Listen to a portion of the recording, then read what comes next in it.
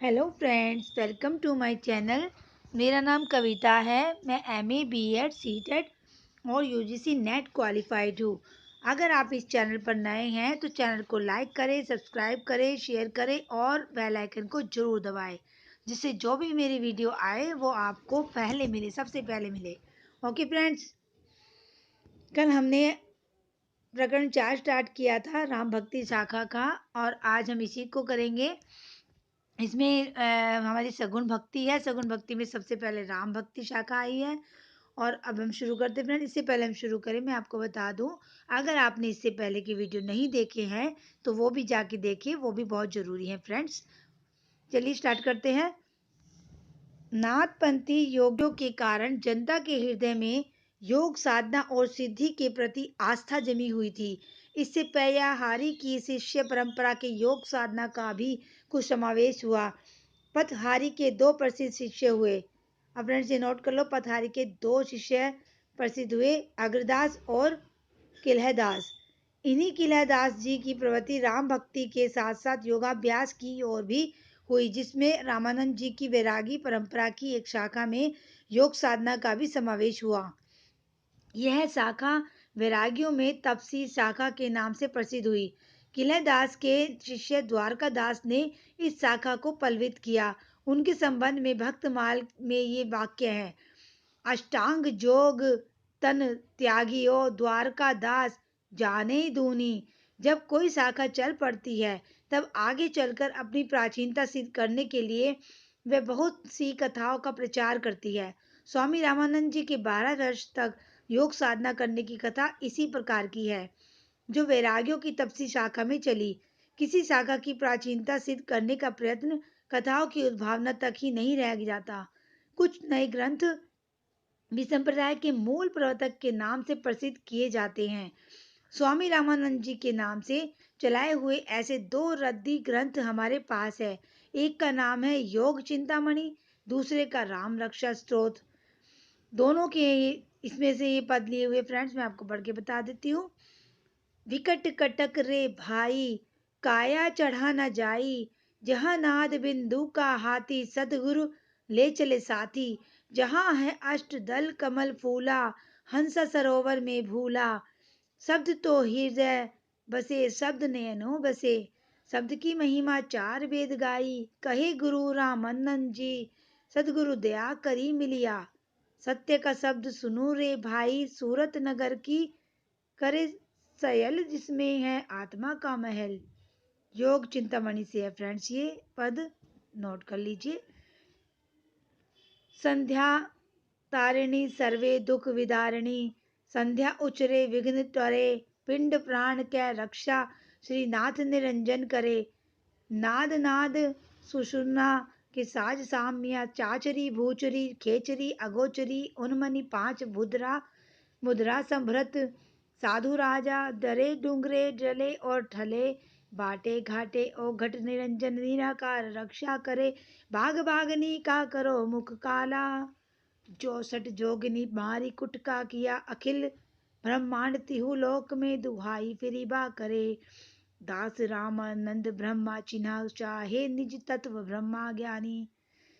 ये राम रक्षा स्त्रोत से है। झाड़ फूक के काम के ऐसे ऐसे स्त्रोत भी रामानंद जी के गले मढ़े गए हैं। स्त्रोत के आरंभ में जो संध्या शब्द है, नाथ पंथ में उसका परिभाषिक अर्थ है सुषुम्ना नाड़ी की संधि में प्राण का जाना। इसी प्रकार निरंजन भी गोरख पंथ में उस भ्रम के लिए एक रूढ़ शब्द है जिसकी स्थिति वहां मानी गई है जहाँ नाद और बिंदु दोनों का लय हो जाता है। नाद कोटि श्रृंग सहस्रगणी, बिंदु कोटि शतानि च, सर्वतत्र लयम योति यत्र देवो निरंजनः। नाद और बिंदु क्या है, यह नाथ पंथ के प्रपंच में दिखाया जा चुका है। ये फ्रेंड्स ये भी प्रकरण आ चुका है उसमें, इसमें से ये लाइनें जो जिस नेट में पूछी जा चुकी है। सिखों के ग्रंथ साहब में भी निर्गुण उपासना के दो पद रामानंद के मिलते हैं। एक यह है: कहा जाइए हो घरी लागो रंग, में ते चंचल मन भयो अपंग। जहाँ जाइए तहाँ जल पशान, पूरी रहे हरि सब समान।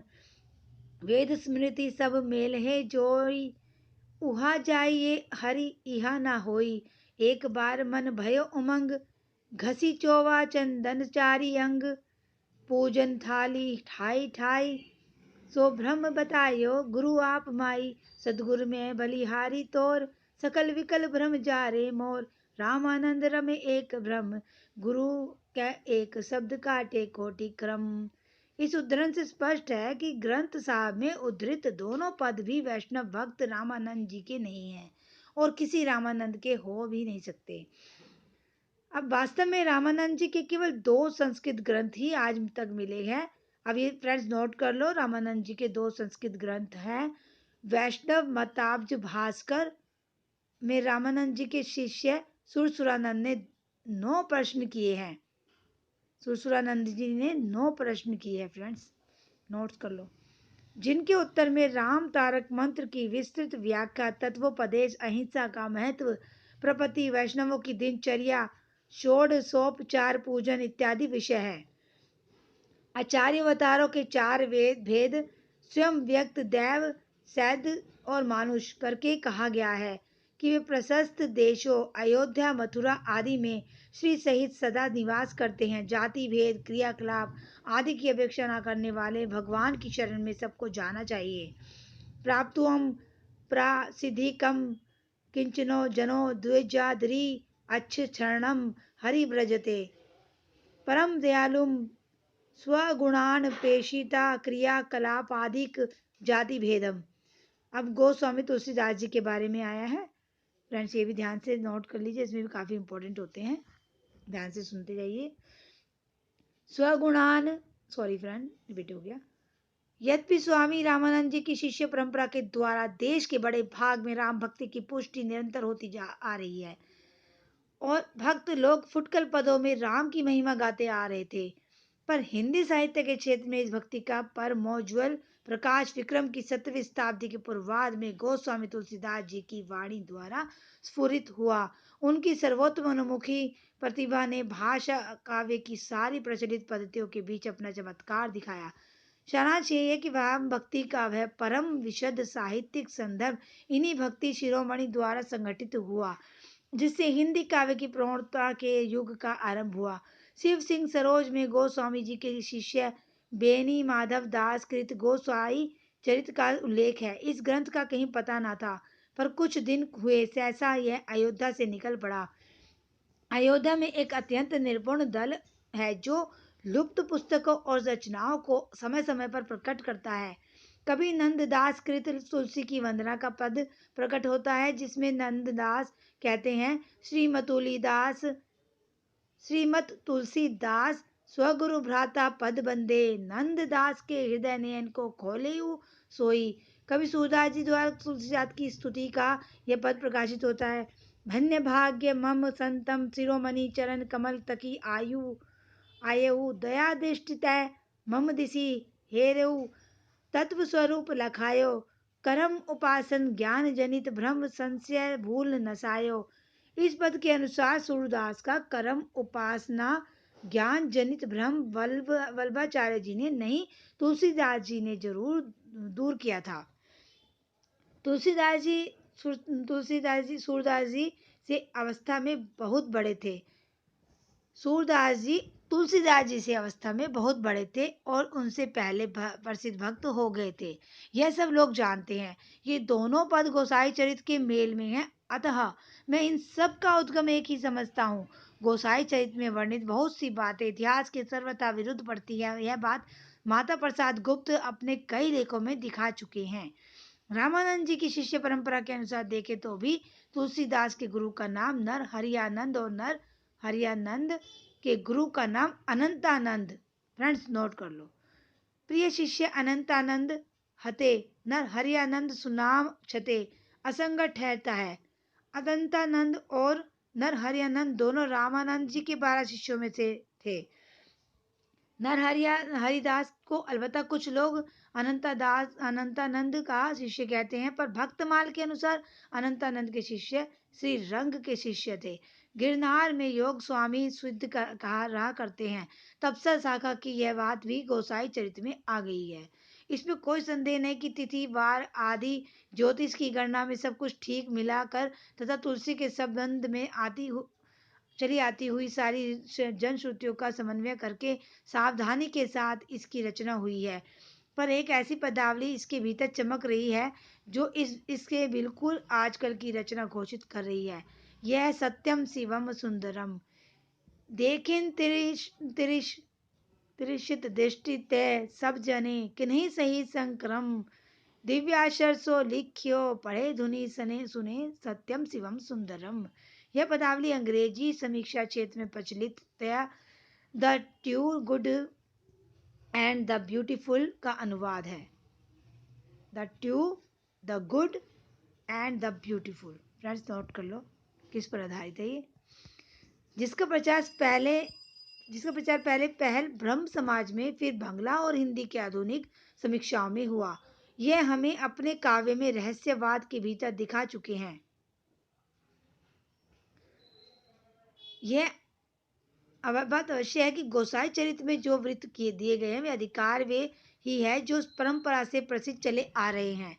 गोस्वामी जी का एक और जीवन चरित्र जिसकी रचना मर्यादा पत्रिका की ज्येष्ठ 1969 की संख्या में 1969 की संख्या में फ्रेंड्स श्रीयुत इंद्र देव नारायणी जी ने दी थी। उनके एक दूसरे शिष्य महात्मा रघुवर दास जी का लिखा तुलसी चरित्र कहा जाता है। यह कहाँ तक प्रामाणिक है नहीं कहा जा सकता। दोनों चरित्रों के वृत्तांतों में परस्पर बहुत कुछ विरोध है। बाबा बेनी माधव दास के अनुसार गोस्वामी जी के पिता जमुना के किनारे दुबे पूर्वा नामक गांव के दुबे और मुखिया थे और पूर्वज पतियोजा ग्राम से यहाँ आए थे। पर बाबा रघुवर दास के तुलसी चरित्र में लिखा है कि सरवार में मंझोली से 23 कोस पर कसया ग्राम में गोस्वामी जी के परपिता परशुराम मिश्र जो गाना के मिश्र थे रहते थे। वे तीर्थाटन करते करते चित्रकूट पहुंचे और उसी और राजापुर में बस गए। उनके पुत्र शंकर मिश्र हुए। शंकर मिश्र के रुद्रनाथ मिश्र और रुद्रनाथ मिश्र के मुरारी मिश्र हुए, जिनके पुत्र तुलाराम ही आगे चलकर भक्त चूड़ामणि गोस्वामी तुलसीदास जी हुए। दोनों चरित्रों में गोस्वामी जी का जन्म संवत 1554 दिया हुआ है। बाबा बेनी माधव दास की पुस्तक में तो श्रावण शुक्ला सप्तमी तिथि भी दी हुई है। पर इस संवत को ग्रहण करने से तुलसीदास जी की आयु 126 से 127 वर्ष आती है, जो पुनित आचरण के महात्माओं के लिए असंभव तो नहीं कही जा सकती। शिव सिंह सरोज में लिखा है गोस्वामी जी संवत 1583 के लगभग उत्पन्न हुए थे। मिर्जापुर के अब देखिए फ्रेंड्स किस में लिखा हुआ, शिव सिंह सरोज में लिखा है कि 1583 के लगभग उत्पन्न हुए थे। ये कभी भी पूछा जा सकता है कुछ भी फ्रेंड्स। मिर्जापुर के प्रसिद्ध राम भक्त और रामायणी पंडित राम गुलाम द्विवेदी भक्तों की जनश्रुति के अनुसार इनका जन्म संवत 1589 मानते थे। इसी सबसे पिछले संवत को ही डॉक्टर ग्रियर्सन ने स्वीकार किया है। इनका सरयू पार ब्राह्मण होश तो दोनों चरित्रों में पाया जाता है और सर्वमान्य है। फ्रेंड्स कभी कभी ये भी पूछ लेते हैं कि डॉक्टर ग्रियर्सन के अनुसार तुलसीदास का जन्म कब है, या किसी भी कवि का पूछ लेते हैं फ्रेंड्स। इनका सरयू पार ब्राह्मण होना तो दोनों चरित्रों में पाया जाता है और सर्वमान्य है। तुलसी पराशर गोत दुबे पति ओझा के यह वाक्य भी प्रसिद्ध चला आता है और पंडित राम गुलाम ने भी इसका समर्थन किया है। उक्त प्रसिद्धि के अनुसार गोस्वामी जी के पिता का नाम आत्माराम दुबे और माता का नाम हुलसी था। फ्रेंड्स नोट कर लो तुलसी राम जी के पिता और माता का नाम। माता के नाम के प्रमाण में रहीम का यह दोहा कहा जाता है। सुरतीय नरतीय नागतीय सब चाहती अस होए, गोद लिए हुलसी फिरै तुलसी जो सोसुत होए। तुलसीदास जी ने कवितावली में कहा है कि माता पिता जग जाई तज्यो विधिहु ना लिखियो कछु भाल भलाई। अब ये फ्रेंड्स कवितावली में तुलसीदास जी ने कहा, ये भी नोट कर लो। इसी प्रकार विनय पत्रिका में भी ये वाक्य है, जनक जननी तज्यो जन्मी करम विनो विधिहु से जो अव डरे तथा तन जनियो कुटिल कीट ज्यो तेज्यो मात्यु पिता हो। इन वचनों के अनुसार ये जनश्रुति चल पड़ी है कि गोस्वामी जी अभुक्त मूल में उत्पन्न हुए थे। इसके उनके माता पिता ने उन्हें त्याग दिया था। उक्त जन्म श्रुति के अनुसार गोस्वामी चरित्र में लिखा है कि गोस्वामी जी जब उत्पन्न हुए तब 5 वर्ष के बालक के समान थे और उन्हें पूरे दांत भी थे। वे रोए नहीं, केवल राम शब्द उनके मुंह से सुनाई पड़ा। बालक को राक्षस समझ पिता ने उसकी उपेक्षा की, पर माता ने उसकी रक्षा के लिए उद्विग्न होकर उसे अपनी एक दासी मुनिया को पालने पोसने को दिया और वह उसे लेकर अपनी ससुराल चली गई। 5 वर्ष पीछे जब मुनिया भी मर गई तब राजापुर के में बालक के पिता के पास संवाद भेजा गया, पर उन्होंने बालक को लेना स्वीकार न किया। इसी प्रकार बालक का निर्वाह कुछ दिन हुआ। अंत में बाबा नरहरिदास ने उसे अपने पास रख लिया और कुछ शिक्षा दीक्षा दी। इन्हीं गुरु से गोस्वामी जी राम कथा सुना करते थे। इन्हीं अपने गुरु नरहरिदास के साथ गुरु गोस्वामी जी काशी में आकर पंचगंगा घाट पर स्वामी रामानंद जी के स्थान पर रहने लगे। वहां पर एक परम विद्वान महात्मा शेष सनातन जी स्वामी रामानंद जी के स्थान के साथ रहते थे, जिन्होंने तुलसीदास जी को वेद वेदांत दर्शन इतिहास पुराण आदि में प्रवीण कर दिया। 15 वर्ष तक अध्ययन करके गोस्वामी जी फिर अपनी जन्म भूमि राजापुर लौटे, पर वहां इनके परिवार में कोई नहीं रह गया था और घर भी गिर गया था। यमुना पार के एक ग्राम के रहने वाले भारद्वाज गोत्री एक ब्राह्मण यमद्वितीय को राजापुर में स्नान करने आए। उन्होंने तुलसीदास जी की विद्या विनय और शील पर मुग्ध होकर अपनी कन्या इन्हें ब्याह दी। इसी पत्नी के उपदेश से गोस्वामी जी का विरक्त होना और भक्ति की सिद्धि प्राप्त करना प्रसिद्ध है। गोस्वामी तुलसीदास जी अपनी इन पत्नी पर इतने अनुरुक्त थे कि एक बार उनके मायके चले जाने पर वे बड़ी नदी पर पार करके उससे जाकर मिले। स्त्री ने उस समय ये दोहे कहे, लाज न आवत आपको दोरे आहु साथ, धिक धिक ऐसे प्रेम को कहाँ कहो मैं नाथ, अस्थि चर में देह ममता में जैसी प्रीत तैसो, जो श्री राम में होती ना तो भवभीत। अब फ्रेंड्स ये जो पद हैं ये भी आ चुके हैं और ये भी पूछे जा चुके हैं, इसको भी नोट कर लो। यह बात तुलसीदास जी को ऐसी लगी कि वे तुरंत काशी आकर विरक्त हो गए। इस वृतांत को प्रियादास जी ने भक्तमाल की अपनी टीका में दिया है और तुलसी चरित्र के गोसाई चरित्र में इसका उल्लेख है। गोस्वामी जी पर छोड़ने पर कुछ दिन काशी में फिर काशी से अयोध्या जाकर रहे। उसके पीछे तीर्थ यात्रा करने निकले और जगन्नाथपुरी रामेश्वर द्वारका होते हुए बदकिस्म किस आश्रम गए, वहां से ये कैलाश और मानसरोवर तक निकल गए। अंत में चित्रकूट आकर ये बहुत दिनों तक रहे। यहाँ अनेक संतों से इनकी भेंट हुई। इनके अनंतर संवत 1631 में अयोध्या जाकर इन्होंने रामचरितमानस का आरंभ किया और उसे 2 वर्ष 7 महीने में समाप्त किया। फ्रेंड्स ये भी नोट कर लो कि ये रामचरितमानस कितने टाइम में पूरी हुई है, 2 वर्ष 7 महीने, और कब शुरू हुई थी। रामायण का कुछ अंश विशेषतः किष्किंधा कांड काशी में रचा गया। रामायण समाप्त होने पर ये अधिकतर काशी में रहा करते थे। वहाँ अनेक शास्त्रज्ञ विद्वान इनसे आकर मिला करते थे। क्योंकि इनकी प्रसिद्ध सारे देश में हो चुकी थी, ये अपने समय के सबसे बड़े भक्त और महात्मा माने जाते थे। कहते हैं कि उस समय के प्रसिद्ध विद्वान मधुसूदन सरस्वती से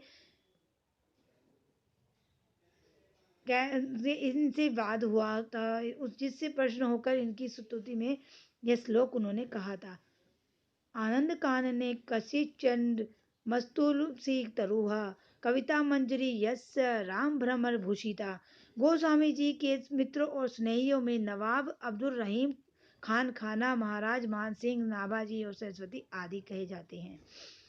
रहीम से इनसे समय समय पर दोहों में लिखा पढ़ी हुआ करती थी। काशी में इनके सबसे बड़े स्नेही और भक्त भंडेनी के एक भूमिहार जमींदार टोडर थे, जिनकी मृत्यु होने पर उन्होंने ये दोहा कहा था, चार गांव को ठाकुरो मन को महामही, तुलसी या कलिकाल में अब अथा है टोडर दीप, तुलसी राम सन्हे को सिर पर भारी भारू, टोडर कादा नहीं दियो सब कही रहे उतारू, राम धाम टोडर गए तुलसी भय असोच, जियबो मीत पुनित बिनु यही जानी संकोच।